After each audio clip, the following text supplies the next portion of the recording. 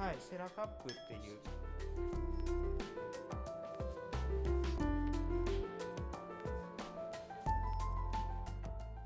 コンロってやつがあるんですけれど、